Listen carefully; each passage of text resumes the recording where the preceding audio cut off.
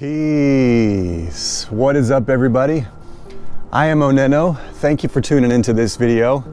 I got my morning coffee. I'm just sitting out here on my back deck, and I was watching some YouTube videos this morning that basically inspired a whole topic I want to chat with you about, which I'm going to title this video, "The Number One Spiritual Problem on Earth Right Now." And the main spiritual problem that I think we have been so brainwashed to not even question is the topic of guilt. What purpose does guilt actually serve? Or does guilt even serve a purpose? I'm going to cut to the end of the conversation really quick and give you the answer that I have in my head, and then I'm going to get into an open dialogue with you.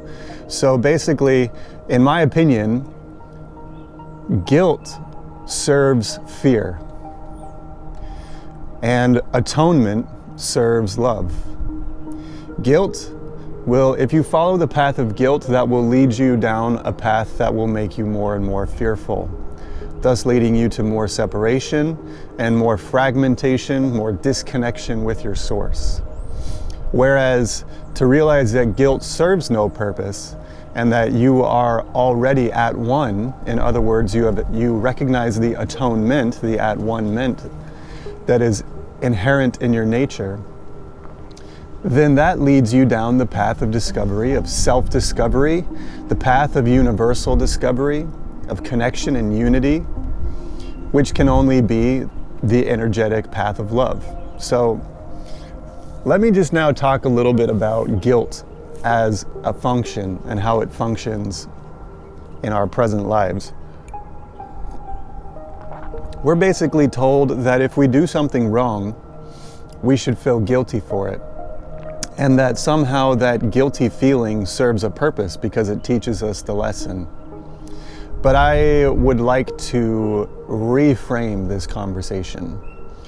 If you make a mistake, like let's say I go out into the world and I do something that is obviously a wrongdoing, something I should not have done. If I did not have the awareness before the moment that I did that it was going to result in a wrong action, then I am in no harm or no foul if I correct my mistaken actions. So for instance, if I go out into the world and I accidentally hit somebody's car. I'm driving my car and I accidentally hit somebody's car. Well, there's things that I should do about that. I should take care of that person's property. I should take care of that person. I should make right what I have made wrong. But at no point in that process does guilt serve any function. It does not make me any more adept as a helper if I feel guilty for the fact that I hit this person's car. Now, for some of you out there, I'm sure you're probably wondering why I even care about this level of semantics. The reason I care is because I believe that guilt is actually one of the major issues going on in our spiritual lives that block us from recognizing that we are already perfect, already in connection with Source. You see so many people out there on the spiritual path that are seeking truth and seeking God in that sense. What they are actually seeking is already present, but they cannot recognize it because they think that it's somewhere else than here.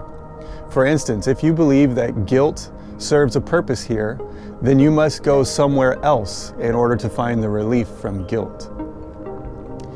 However, if you can recognize that love is already here and unity is already here, and everything has already been provided for you in a universal sense, then guilt serves no purpose, because what does the energy of guilt actually serve? The energy of guilt basically leads you down a path of feeling less than worthy. And if you are a child of God, how could you feel less than worthy? If you're a child of the Creator who created the entire universe, how could you feel less than worthy? He created you. She created you. God, the universal force, which is masculine and feminine together, created you. And so if God created you, would God create you to then spite you? Would God create you to then torment you and tell you that you must live up to his or her rules? Or would God create you with the exact correct personality that you should be, with the exact amount of desires that are appropriate for you? But you see, the reason I'm even bringing this up to get from the beginning is because we have all undergone two major forms of social mind control. The first form of social mind control I'm not actually talking about in this video. That's left brain mind control. And that is the belief in authority or authoritarianism, or that there's such a thing out there as masters and slaves. And that basically there are people out there that have some sort of power that elevate them above the rest of our culture and give them some kind of power and authority. We call these people government. And this is just a left brain control mechanism. That is all that government really is. And now the right brain control mechanism is, I will term it fundamentalist religion.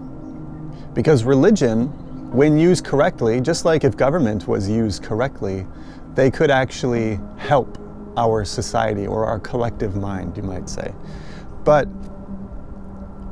religion, when used in the fundamentalist terms, has been so perverted that it's only operating as a source of mind control. It's not actually operating as a source of liberation, which is what religion really should be. So, essentially,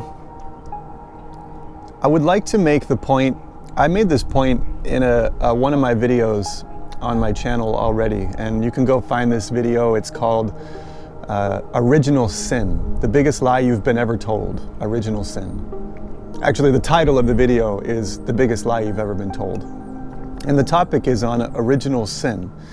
And I wanted to make this video because I wanted to put out there into the world that the idea, the fantasy of something that's termed original sin, meaning that Adam and Eve, or your ancestors from way back in the day, committed a certain sin that now you have to pay for. This, on its fundamental level, is where the idea of guilt ever entered your mind. And this idea of guilt, that you must atone for something your parents did or your ancestors did, even if it was at the beginning of human civilization, it somehow falls into your responsibility to take care of this original sin. But now, I am here, not just in this video, but I'm here on this planet to tip the scales and to remind you that original sin is an egoic lie. Original sin is a creation of a human ego that has spread from human ego to human ego to human ego. It has never, and was never, and will never be something that was created by God, by nature. My body was created with the forces that created the universe. The same forces that help a galaxy to spin, the same forces that spin our planet, and the same forces that organize a pine cone. All of these same forces made my body, made me who I am.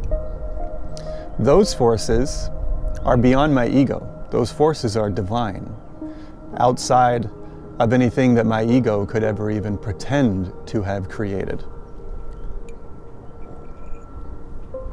So guilt serves no purpose when you understand that atonement is not something that you can do. Atonement is not an action. Atonement is not a doing. Atonement is a recognition that there is no way that you could have ever not been in harmony with the universe. Even the most fucked up thing you think you've ever done universally means nothing. It's only fucked up because you and your perspective have seen the life experiment that you're living, and you take actions. You see, life is an experiment. When you get to the end of this one human incarnation, you will not experience some kind of judgment, because judgment is only of the ego, and the ego only lives in the body. And when your soul goes beyond the body, you will be beyond judgment. Judgment is an egoic construct, and it's something that only the ego perpetuates. Judgment is not a behavior of God. Judgment is not part of the personality of God. Judgment is only part of the personality of the ego. And atonement is coming back into alignment with your God identity. Recognizing that to control another human being is not within the necessary parameters of a holy being. If you are a holy being, you have no need to control anyone or anything, because your holiness will act like a magnetic force that will pull so much good into your life. There will be no need to force anybody to treat you any certain way. So I think that's where I'm going to end this video. I would love to hear from you. Please leave a comment down below or reach out to me through my website at IamOnenO.com. You can comment on my blog posts there, and you can also send me a message or sign up on my email list. But what I want to hear from you is your thoughts on the topic of guilt. Because I want to bust this whole conversation wide open. Religious guilt is one of the largest fallacies and mental control mechanisms that has been put in place since thousands of years ago to keep you locked down in time and space. And you're free. You are free right now. You who are searching for freedom, you do not need to find freedom. You only need to remember that you are free. It is the fact that you are searching for freedom that binds you to the recognition that you think you aren't free. But in fact, you were born free, born guiltless, born perfect, and therefore your entire life is a journey of perfection.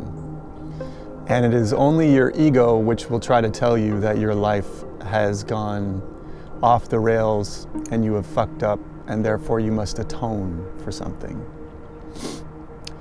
But there we have it. The biggest, the number one spiritual problem on earth is the problem of guilt. And I give you the permission and the recognition to simply eradicate guilt from your life. Let it go. Don't let guilt be something that motivates you. Guilt serves no purpose. The only purpose guilt serves is to bind you to your ego, to bind you to the self-judgment that your ego will whisper into your internal consciousness. And there is no purpose for that binding other than to make you believe that you are separated even more from your divine roots, from your divine source, that divinity from which you emanate from. The mind of judgment is trying to keep you away from the remembering of the atonement. Atonement is not something that you can attain. Atonement is just the remembrance of your divinity, your natural born divinity. And that is what atonement is. And atonement is the opposite of guilt. Guilt is the idea that you have fucked up and that you were born fucked up in some cases. Atonement is a recognition that you are divine and you were born divine, and every human being was born divine. And that's it. Okay? Thanks for tuning into this video. Feel free to pop around my blog and check out some more of my videos. I make videos all the time, every week. And every Monday I have Meditation Monday. For those of you that follow my Meditation Monday videos, hello. I wish you good luck and love along your path. And until I see you again along the journey, oneness in sound, I am OnenO. Peace.